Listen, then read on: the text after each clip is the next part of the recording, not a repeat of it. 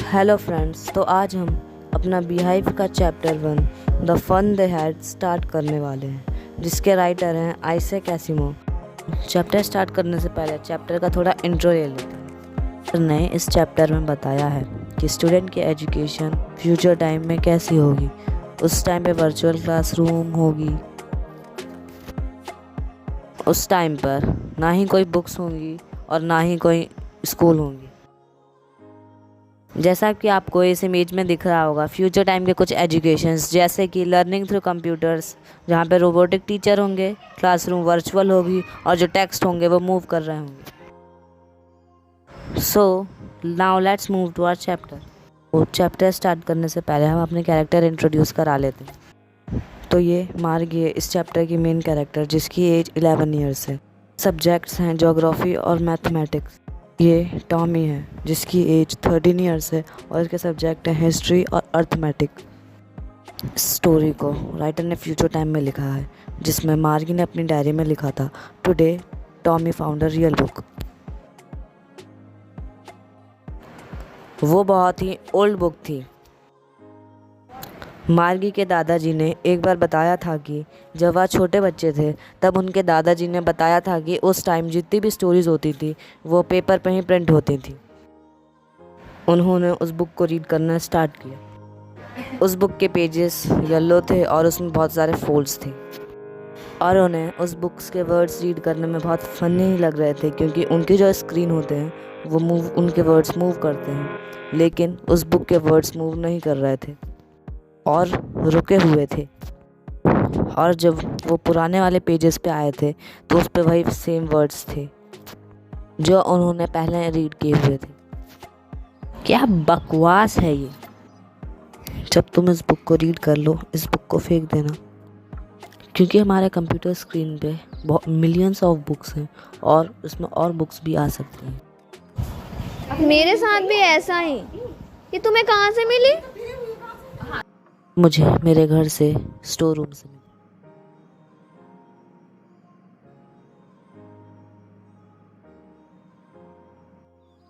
ये किस चीज़ के बारे में है? ये स्कूल के बारे में है। क्या? स्कूल के बारे में? इसके बारे में लिखने को क्या है? मुझे स्कूल बिल्कुल पसंद नहीं है। मार्गी को स्कूल पहले से ही पसंद नहीं थे, लेकिन उसे अब और भी पसंद नहीं आते हैं, क्योंकि उसका जो मैकेनिकल टीचर है वो उस पर टेस्ट दिए जा रहा है और वो बहुत बेकार करे जा रही है। और उसकी मम्मी ने अकाउंट इंस्पेक्टर को बुलाया है। वो एक राउंड लिटिल फेस्ड मैन था जिसके पास एक टूल बॉक्स था। मार्गी को लगा कि वो रिपेयर नहीं कर पाएगा कंप्यूटर को, पर उसने थोड़ी ही देर में उसे रिपेयर कर दिया और कुछ ही देर में वो ब्लैक लार्ज अगली बिग स्क्रीन पे सारे लेसन शो होने लगे। मार्गी को सारे चीज़ें पसंद नहीं थी, लेकिन सबसे ज़्यादा उसको स्लॉट पसंद नहीं था जहाँ पे उसे होमवर्क पुट करना था। और जो मैकेनिकल टीचर था वो बिना किसी टाइम लिए मार्क्स कैलकुलेट कर देता था। मिस जॉन्स, ये इस छोटी लड़की की गलती नहीं थी। मेरे हिसाब से जो ज्योग्राफी का जो लेवल है वो बहुत बढ़ गया था, जो कि कभी कभी होता है। मैंने उसे 10 साल के बच्चे के हिसाब से स्लो कर दिया और उसका जो ओवरऑल पैटर्न है वो बहुत अच्छा है। मार्गी को लगा कि टॉमी ही जैसे उसका भी कंप्यूटर ले लिया जाएगा, क्योंकि उसका हिस्ट्री सेक्टर उड़ गया था, पर वो बहुत नाखुश थी। आखिर कोई स्कूल के बारे में क्यों लिखेगा? क्योंकि वो हमारे टाइम के स्कूल के जैसे नहीं थे। ये पुराने टाइम के स्कूल हैं जो सेंचुरीज पहले हुआ करते थे। वैसे मुझे नहीं पता उस टाइम पे किस टाइप के स्कूल हुआ करते थे। उस समय टीचर्स हुआ करते थे? हाँ, उनके पास टीचर हुआ करते थे, लेकिन वो मैन था। एक मैन कैसे टीचर हो सकता है? हाँ, वो उन्हें सारी चीज़ें बताया करता था और वो उन्हें होमवर्क दिया करता था। एक मैन इतना स्मार्ट नहीं हो सकता। हो सकता है। मेरे फादर को भी अपने टीचर जितना ही आता है। मुझे कोई स्ट्रेंज मैन अपने हाउस में पढ़ाने के लिए नहीं चाहिए। मार्गी, तुम्हें ज़्यादा नहीं पता। टीचर्स के पास स्पेशल बिल्डिंग होती थी पढ़ाने के लिए और सारे बच्चे वहीं जाते थे।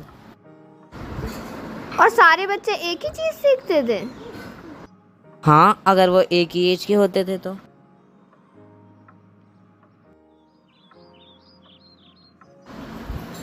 मार्गी, स्कूल का टाइम हो गया है। अभी नहीं मम्मी, अभी जाना है और ये टॉमी का भी टाइम हो गया है। क्या हम क्लासेस के बाद वापस बुक रीड कर सकते हैं? शायद। मार्गी का स्कूल उसी के बेडरूम के साइड में था। आज हमारा अरिथमेटिक का lesson addition of proper fractions होगा। प्लीज अपना कल का होमवर्क इंसर्ट कीजिए स्लॉट में। इसी बीच मार्गी पुराने टाइम के स्कूल के बारे में सोचने लगी।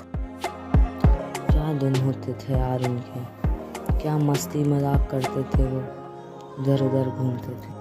और स्कूलों में उनका यहाँ पे स्कूल यार्ड भी होते थे। मस्त मज़े के दिन थे उनके। स्कूल रूम में सारे बच्चे अपना होमवर्क करके लाते थे। सही बात है, सारे मर्ज तो उन्हीं के पास थे। तो हमारा ये चैप्टर यहीं ख़त्म होता है।